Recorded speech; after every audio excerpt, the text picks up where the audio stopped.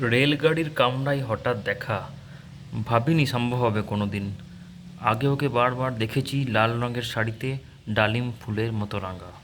আজ পরেছে কালো রেশমের কাপড়, আঁচল তুলেছে মাথায়, দোলন চাপার মতো চিকন গৌড় মুখখানি ঘিরে মনে হলো কালো রঙে একটা গভীর দূরত্ব ঘনিয়ে নিয়েছে নিজের চারদিকে।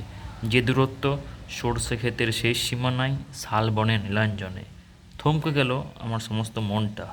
চেনা লোককে দেখলেম, অচেনার গাম ফিরছে। হঠাৎ খবরের কাগজ ফেলে দিয়ে আমাকে করলে নমস্কার। সমাজবিধির পথ গেল খুলে, আলাপ করলেম শুরু। কেমন আছো, কেমন চলছে সংসার, ইত্যাদি। সে রইল জানলার বাইরের দিকে চেয়ে, যেন কাছের দিনের ছোঁয়াচ পার হওয়া চাহনিতে। দিলে অত্যন্ত ছোট দুটো একটা জবাব, কোনোটা বা দিলেই না। বুঝিয়ে দিলে হাতের অস্থিরতায়, কেন এসব কথা, এর চেয়ে অনেক ভালো চুপ করে থাকা। আমি ছিলাম অন্য বেঞ্চিতে ওর সাথীদের সঙ্গে।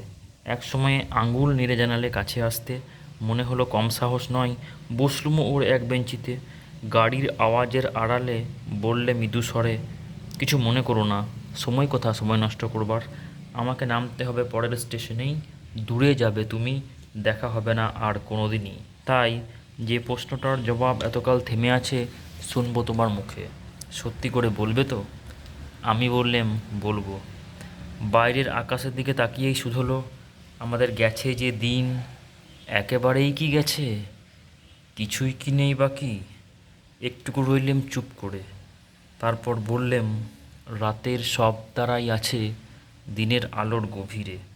খটকা লাগলো, কি জানি বানিয়ে বললেম নাকি। ও বললে, থাক এখন যাও ওদিকে। সবাই নেমে গেল পরের স্টেশনে, আমি চললেম একা।